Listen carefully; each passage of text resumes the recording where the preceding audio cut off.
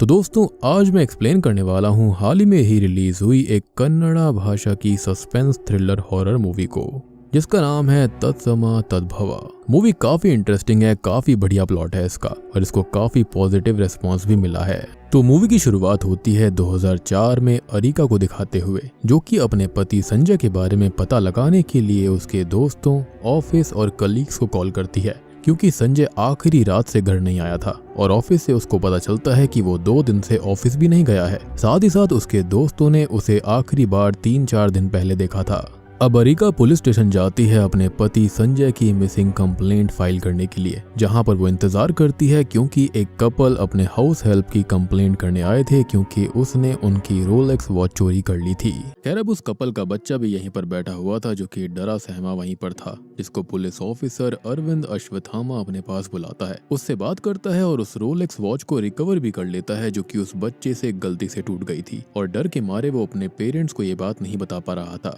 जिनको वो समझाता है कि वो मटेरियलिस्टिक चीजों के चक्कर में अपने बेटे को देने वाले प्यार को ही भूल गए हैं, जो कि उनके लिए ज्यादा वैल्यूएबल है। और साथ ही साथ वो अपने जूनियर को समझाता है कि कंप्लेंट आने पर उसे रजिस्टर करने से पहले आसपास देखा जाता है, क्योंकि अक्सर सच आंखों के सामने ही रहता है, बस उसको पहचानने वाली परख चाहिए होती है। खैर वो अरिका से बात करता है, जो कि उसे संजय के मिसिंग होने के बारे में बताती है कि वो आखिरी नाइट से घर नहीं आया है, उसके ऑफिस और दोस्तों ने उसे 2 दिन से नहीं देखा और संजय की पिक्चर लेकर उसकी मिसिंग रिपोर्ट फाइल कर दी जाती है। खैर अब कहानी प्रेजेंट टाइम में आ जाती है, जहाँ पर अरिका अपनी बेटी निधि का बर्थडे सेलिब्रेट कर रही थी और निधि भी अपनी माँ का बर्थडे सेलिब्रेट करती है। निधि अपनी माँ को एक मेकअप किट मिरर गिफ्ट करती है, लेकिन अरिका इससे इमोशनल और अपसेट हो जाती है। इस पर निधि उससे ये पूछती है कि आखिर वो परेशान क्यों हो रही हैं। वो खुद अपना बर्थडे नहीं मनाती, कभी भी नहीं बताती कि ऐसा क्यों है, जिस पर उसकी माँ ये कहती है कि उसका बर्थडे उसे कुछ याद दिलाता है और काफी सारी बातें वो अवॉइड करती है, जिससे कि निधि काफी अपसेट हो जाती है, एज वो चाहती है कि अरिका ओपन अप होकर सब बताए, उसे क्या परेशान करता है और वो अपने बर्थडे को क्यों भुलाना चाहती है, लेकिन अरिका सारी चीजें अपने तक ही सीमित रखना चाहती थी। खैर अब निधि अपने ग्रैंडफादर को कॉल करती है और उनसे अपने फादर के मिसिंग होने की बात करते हुए उनसे रिक्वेस्ट करती है कि वो उस केस फाइल को भेज दें, जो कि उसे पहले रोकते हैं। उसमें काफी कुछ है जो कि उसे डिस्टर्ब कर सकता था, लेकिन उसके बार बार रिक्वेस्ट करने पर उसके ग्रैंडफादर निधि को फाइल भेज देते हैं। खैर अब निधि केस फाइल को चेक करती है और शुरू हो जाता है चैप्टर 1, जिसका नाम है मिसिंग पीसेस, और हम 2004 संजय मिसिंग केस की पूरी कहानी देख पाएंगे। तो संजय की मिसिंग रिपोर्ट अरिका लिखवाती है। अरविंद उससे इनिशियल पूछताछ करता है और संजय के पेरेंट्स से भी पूछताछ करी जाती है, जहां पर उसके पेरेंट्स स्पेशली उसकी मदर को अरिका जरा भी पसंद नहीं है, क्योंकि वो उन दोनों की शादी से कभी भी खुश नहीं थी। ऊपर से वो ये भी कहती है कि अरिका ने संजय को अपने प्यार में फंसा लिया और प्रेग्नेंट हो गई, जिससे उन दोनों की मजबूरी में अर्ली मैरिज करनी पड़ी थी। वो आगे ये भी बताती है कि संजय उस शादी में खुश नहीं था, क्योंकि पहले तो अरिका ने उसे उसके पेरेंट्स से दूर किया, फिर जिस लड़के ने कभी अपनी कॉफी का मग तक नहीं उठाया था, उसे शादी के बाद में सारे काम करने पड़ते थे, क्योंकि हर दूसरे तीसरे दिन अरिका बीमार पड़ने का नाटक करने लगती थी। खैर अब अरविंद उनकी सारी बातें काफी गौर से सुनता है, साथ ही साथ एक घर की सारी अच्छी बुरी बातें या फिर उस परिवार से भी ज्यादा बेहतर सिर्फ एक ही पर्सन बता सकता है, जो कि है उस परिवार की हाउस हेल्प, यानी कि वो मेड। और वो मेड से बात करता है और वो भी अरिका को जरा भी पसंद नहीं करती थी। वो छोटी छोटी बातों पर टोक लगाती थी, चीजें कहाँ रखनी है कहाँ नहीं रखनी है, 1 इंच से यहाँ वहाँ चीजें नहीं होनी चाहिए, कपड़े कैसे फोल्ड करे जाएंगे, और ये सारी बातें वो टाइम टू टाइम उसे इंस्ट्रक्ट करती रहती थी। और यहाँ पर मेरे हिसाब से ये चीजें गलत नहीं है, क्योंकि अगर आप किसी को पैसा पे करते हो तो ऑब्वियस सी बात है आप अच्छी चीजें एक्सपेक्ट करोगे, काम अच्छा एक्सपेक्ट करोगे। लेकिन यहाँ पर एक बात ये थी कि अरिका की संजय से भी लड़ाई होती रहती थी और बाहर से वो लोग एक हैप्पी कपल दिखते थे, लेकिन बेडरूम में वो जरा भी खुश नहीं थे। साथ ही साथ संजय की माँ अरविंद को ये बताती है कि अरिका ने संजय को और भी परेशान किया, जहाँ पर प्रेगनेंसी के अंदर वो घर से स्कूटी पर घूमने निकल गई और एक्सीडेंट करवा लिया, जिससे उसका मिसकैरेज हो गया था और फिर वो इनफर्टाइल हो गई, यानी कि वो मां नहीं बन सकती थी। खैर अब अरविंद यहाँ पर अरिका से भी बात करता जा रहा था और वो पूछता है कि क्या संजय का किसी से अफेयर था, लेकिन इस बात के लिए वो मना कर देती है। साथ ही साथ वो ये भी बताती है कि स्कूल के दिनों में उसको संजय पहली नजर में पसंद आ गया था और वो एक दूसरे से प्यार करने लगे थे और आगे शादी भी कर ली। वो आगे बताती है कि उसके बर्थडे के दिन यानी कि 22 मई को संजय और वो बहुत खुश थे, लेकिन उनका झगड़ा हो गया था और संजय गुस्से में घर से कहीं बाहर चला गया और उसको ऑफिस के अंदर भी उसके एमडी सिद्धार्थ से झगड़ा हुआ था और बात हाथापाई तक आ गई थी, इसलिए संजय ऑफिस भी क्विट करना चाहता था। और उस दिन संजय ने उसे हार्ट शेप्ड मिरर गिफ्ट किया था और यही रीजन था कि निधि ने जब उसे मिरर मेकअप किट वाला गिफ्ट दिया तो वो सारी यादें ताज़ा हो गई थी। इनफैक्ट यहाँ पर संजय अरिका से बहुत ही ज्यादा प्यार करता था। अरिका को जो माँ का प्यार कभी नहीं मिला वो संजय ने दिया, जो पिता का सपोर्ट नहीं मिला वो भी संजय से मिला। खैर अब अरविंद संजय के ऑफिस में जाता है और सिद्धार्थ से बात करता है, जिससे वो संजय के मिसिंग होने के बारे में बात करता है, जिस पर सिद्धार्थ कहता है कि उसे एपिलेप्सी है, उसका ही उसे दौरा पड़ा था और संजय जब मिसिंग हुआ था तो वो कहीं और था। जिस पर अरविंद कहता है कि जो उस दिन हुआ और जिसके साथ जो कुछ हुआ था वो सब कुछ जानना चाहेगा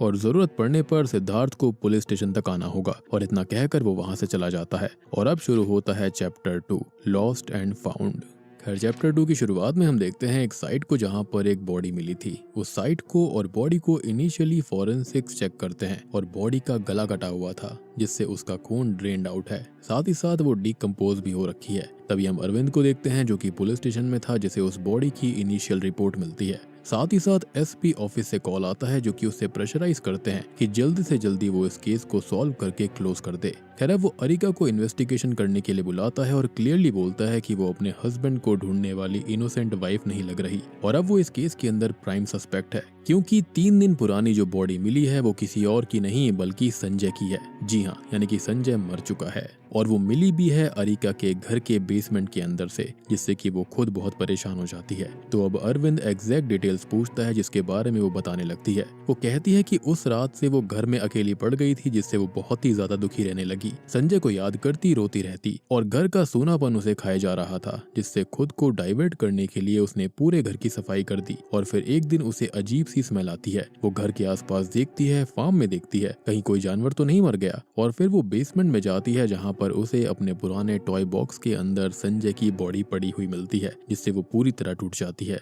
यानी कि यहाँ पर वो फालतू में ही मिसिंग कंप्लेंट लिखाने चली गई, जबकि उसको पता था कि उसका पति तो मर चुका है। खैर अब आगे अरविंद उससे ये पूछता है कि उस रात जब संजय घर से चला गया था तो वहाँ पर वो बॉडी आई कैसे, जिस पर वो ये कहती है कि वो भी गुस्से में घर से बाहर निकल गई थी और ये बात उसने पहले नहीं बताई थी। तो अरविंद को ये काफी अजीब लगती है और वो सही से बात बताने के लिए बोलता है। वो ये बताती है कि संजय हमेशा लड़ाई के बीच में ऐसे ही चला जाया करता था और उस दिन भी वो निकल गया था, तो वो भी उसकी कार लेकर 7:30 या फिर 8 बजे के आसपास मैसूर निकल गई थी। लेकिन रास्ते में उसका एक कैब वाले से छोटा सा एक्सीडेंट हो गया था और वो थोड़ी परेशान हो गई और हॉस्पिटल गई, जहाँ पर वो कुछ देर रुकी और फिर वापस घर आ गई। लेकिन संजय नहीं लौटा था, लेकिन घर अनलॉक्ड हो रखा था। जिस पर अरविंद ये पूछता है कि उसने तो घर लॉक किया होगा, फिर अनलॉक कैसे हो गया, और किसी ने खोला तो चाबी उस पर्सन के पास कैसे आई। और यहाँ पर एक और चीज रिवील होती है कि अरिका 4 महीने की प्रेग्नेंट है, लेकिन अरविंद ये याद दिलाता है कि वो तो माँ नहीं बन सकती थी, जिस पर वो ये कहती है कि ये एक मिरेकल है जो कि उसके साथ हुआ। और भैया ऐसे केस के बीच में पुलिस वालों के सामने ऐसा मिरेकल होना खाली कुछ और नहीं बल्कि शक की घंटियां बजा देने वाला होता है।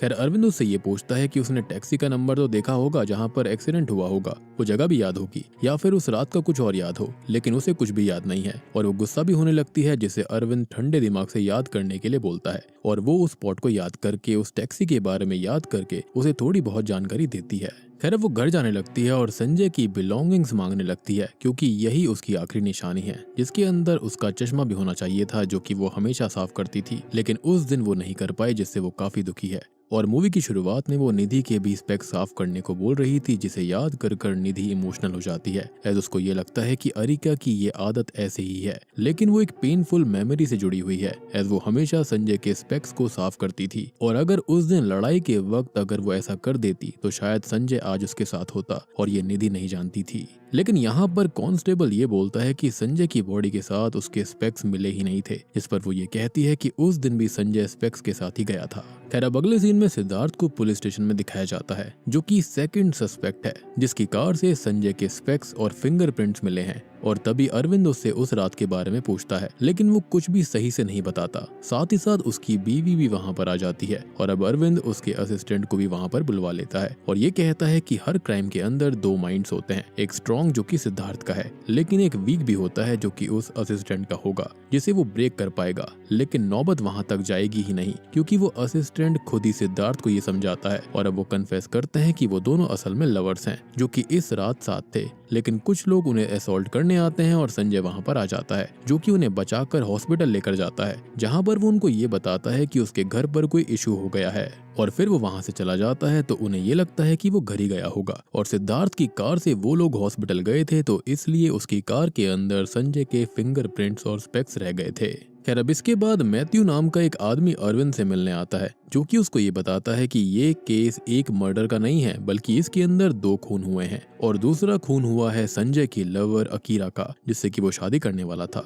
अब ये अकीरा कौन है और उसका इस केस से क्या ताल्लुक है? तो रिश्ता बहुत ही ज्यादा गहरा है, वो भी ब्लड रिलेशन, क्योंकि अकीरा अरिका की ही ट्विन सिस्टर है और अकीरा और संजय को किसी और ने नहीं बल्कि उसको मारा है साइकोपैथ अरिका ने, जिसको फिलहाल सुनकर अरविंद के होश उड़ जाते हैं और कहानी पढ़ते हुए निधि के भी। खैर प्रेजेंट टाइम में निधि अपनी माँ अरिका के साथ लंच कर रही होती है और उससे कैजुअली पूछ लेती है कि क्या उसे कभी किसी पर गुस्सा आया है कि वो उसको जान से मार दे, जिस पर वो ये कहती है कि बचपन में उसकी एक बहुत ही क्लोज फ्रेंड थी, लेकिन क्लोज होने के बावजूद भी वो उससे जलती थी क्योंकि सब उसे ही बहुत प्यार किया करते थे और अरिका को भूल जाते। तब उसे बहुत गुस्सा आया करता था कि वो उसको मार दे, लेकिन वो बचपन की बात है। फिर उसने कभी किसी का बुरा नहीं चाहा, किसी को भी हर्ट नहीं किया, लेकिन किस्मत का खेल देखो कि आज वो खुद ही हर्ट हुई बैठी है। खैर अब यहाँ से शुरू हो जाता है चैप्टर 3, जिसका नाम है ट्रूथ और डेयर, और हम देख पाते हैं अरविंद को, जो कि मैथ्यू से अकीरा के बारे में पूछता है, जिसको वो बताता है कि वो उसे एक बार एक पार्टी में गिटार प्ले करती हुई दिखाई दी थी, जिसे वो पहली नजर में ही चाहने लगा था और उसने भी उसके लिए गाना गाया। दोनों में काफी चीजें कॉमन थी,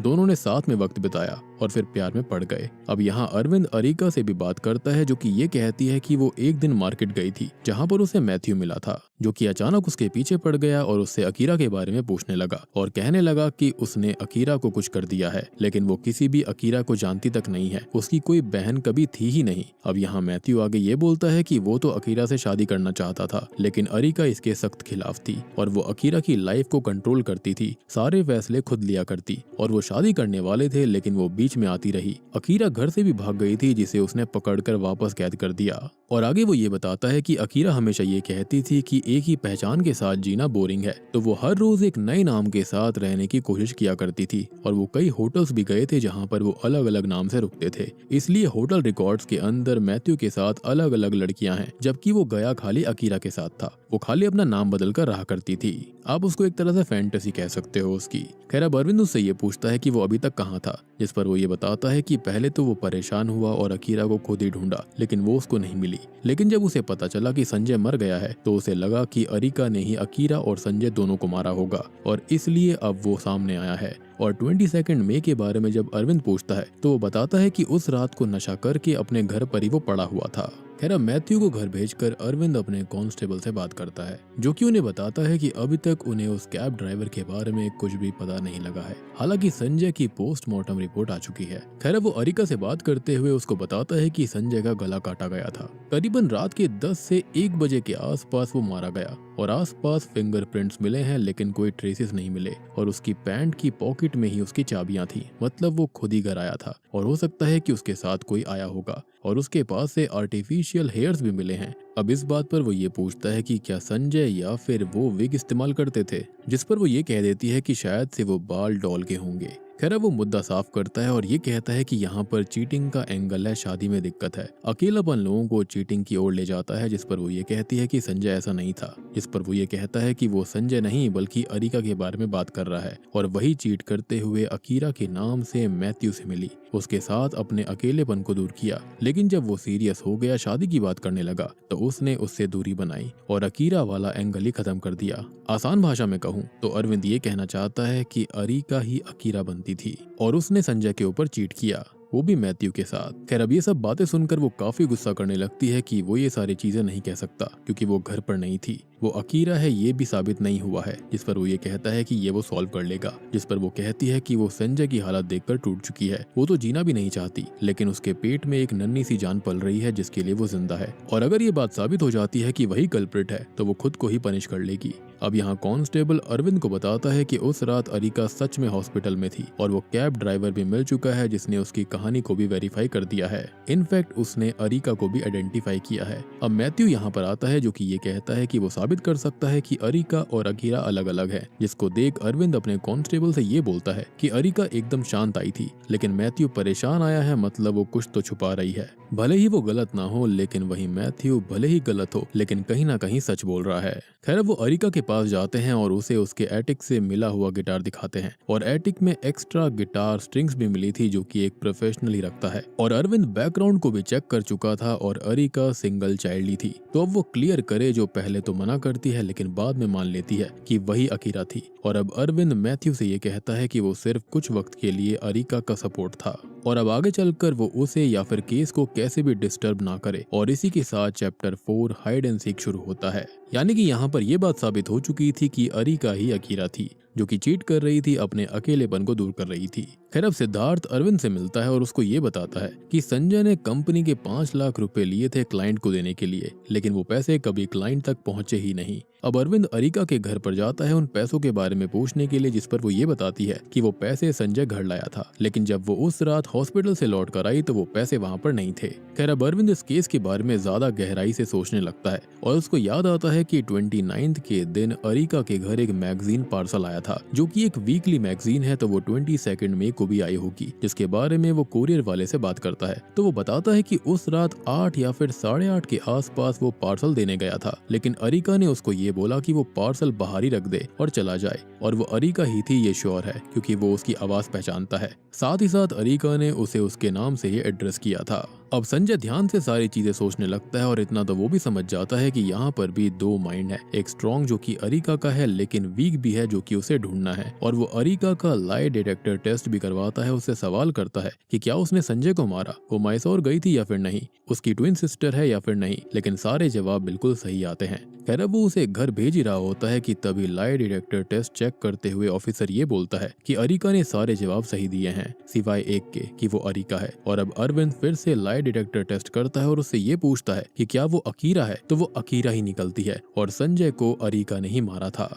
अब यहाँ पर निधि के पास जो केस फाइल थी उसके अंदर पूरा सच नहीं था और वो अपने ग्रैंडपा को कॉल करती है और मैथ्यू से बात करने का बोलती है, जो कि ये कहते हैं कि वो मर चुका है, जो कि पागल होकर ये कहता था कि निधि अकीरा की बच्ची है जिसे संजय के साथ अरिका ने मार दिया था। खैर अब निधि यहाँ पर अकीरा को कन्फ्रंट करती है, यानी कि अब तक जो निधि के साथ रह रही थी वो अरिका नहीं बल्कि अकीरा थी। खैर अब वो उसको सच बताने लगती है और आखिरी पार्ट होता है द कन्फेशन, और यही चीज उसने अरविंद को भी बताई थी। तो अरिका और अकीरा ट्विन पैदा हुई थी, लेकिन उनके फादर ने अकीरा को मारने के लिए उसे एक नर्स को दे दिया था, लेकिन वो नर्स उसको पालने लगी और दुनिया से दूर हमेशा कैद रखती थी, जहाँ पर नर्स ने उसे पढ़ना लिखना और गिटार बजाना भी सिखाया। लेकिन एक दिन वो टीवी पर अरिका को देख लेती है और उससे मिलने पहुंच जाती है और अरिका के भी पेरेंट्स काफी ज्यादा अब्यूजिव थे, तो वो भी उसे एक्सेप्ट कर लेती है और वो दोनों एक साथ एक घर में रहने लगती हैं, लेकिन एक पर्सन की तरह। मतलब कि एक दिन अरिका बाहर आएगी और एक दिन अकीरा बाहर आएगी और वो लोग डायरी लिखेंगे जिससे कि वो सेम बिहेव कर पाएं।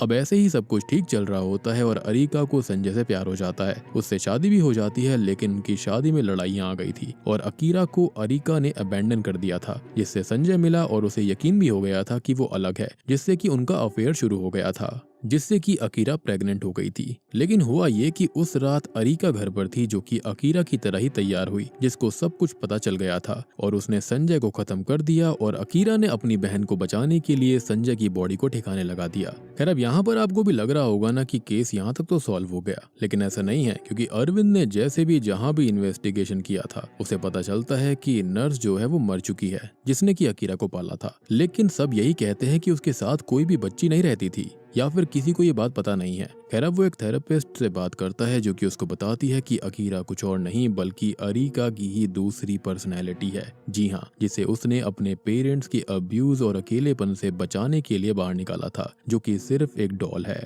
और अब आपको समझ में आया होगा कि संजय के ऊपर डॉल के बाल कहाँ से आए थे। अब असल में यहाँ पर अरिका ने एक कहानी बनाई और संजय को मार दिया, और अरिका जिसने वो खून किया था उसने भी उसको वैनिश कर दिया अपने माइंड में ये सोचकर कि अब वो भी खत्म हो चुकी है, लेकिन वो तो कभी थी ही नहीं। साथ ही साथ डॉक्टर ने उसकी डायरी चेक करी तो उसके अंदर भी 2 हैंड राइटिंग्स हैं, और ऐसा हो सकता है क्योंकि माइंड के अंदर 2 पर्सनैलिटीज हैं, तो दोनों का तरीका अलग अलग रहता है। मतलब देख रहे हो माइंड कितना पावरफुल होता है, इसको कंट्रोल कर लिया तो सब कुछ कंट्रोल कर लिया, यानी कि कर लो दुनिया मुट्ठी में। और तभी यहाँ पर नाम भी तो बड़े अजीब से मिलते जुलते हैं, अरिका और अकीरा, लेकिन ओरिजिनल यहाँ पर अरिका ही थी। अकीरा उसकी खाली एक बनाई हुई पर्सनैलिटी है खुद के दुख को कोप अप करने के लिए। खैर अब अरविंद यहाँ पर सारा का सारा सच बिल्कुल समझ गया था। संजय किस टाइम मारा गया था ये भी आइडेंटिफाई हो गया था, वो भी उसकी रिस्ट वॉच से जो कि टूट गई थी। उस पर एक टाइम सेट हो चुका था और उसे अरिका ने ही मैनिपुलेट किया। वो संजय को खत्म करती है, फिर बाहर जाती है, एक्सीडेंट करती है ताकि उसके पास यकीन करने लायक स्टोरी हो।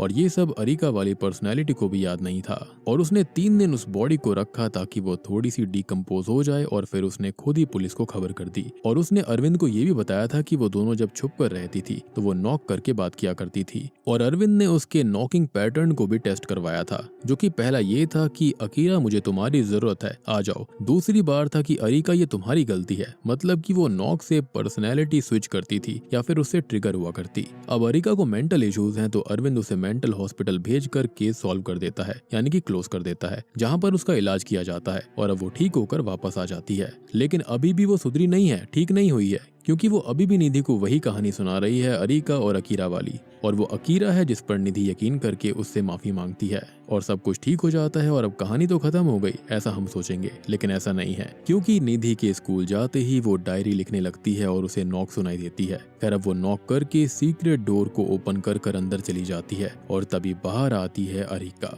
तो क्या यहाँ पर वाकई में अकीरा और अरिका अलग अलग हैं और ये दोनों बहुत ही ज्यादा शातिर हैं और शायद से थेरेपिस्ट को भी साथ में ला रखा है, या फिर ये हो सकता है कि अरिका कभी ठीक हुई ही नहीं थी। और मूवी के एंडिंग सीन में हम अकीरा और निधि को पुलिस स्टेशन में देख पाते हैं, जो कि निधि के ग्रैंडपा की मिसिंग रिपोर्ट लिखवाने आई हैं। लेकिन अकीरा या फिर अरिका के एक्सप्रेशन से हम ये समझ पाते हैं कि उनके साथ कुछ अच्छा नहीं हुआ होगा। और कहीं निधि के साथ में भी तो सेम चीज नहीं है जो कि अरिका के साथ में है, यानी कि मूवी यहाँ पर काफी माइंड ट्विस्टिंग है कि यहाँ पर समझ में नहीं आता है कि अकीरा है या फिर अरिका है, या फिर ये दोनों एक ही पर्सनैलिटीज हैं, या फिर ये वाकई में ट्विन सिस्टर्स हैं। खैर तभी हम अरविंद को देख पाते हैं जिसके पास एक केस आता है जिसके अंदर 8 लोग खुद सेम टाइम पर अलग अलग तरह से मर चुके हैं और मरते टाइम वो सभी नेकेड थे और आखिरी मारा गया पर्सन है वो पुलिसमैन जो कि इस केस को इन्वेस्टिगेट करने गया था। और अब अरविंद को ये वाला केस सॉल्व करना होगा जो कि पहले वाले से भी ज्यादा खतरनाक है। और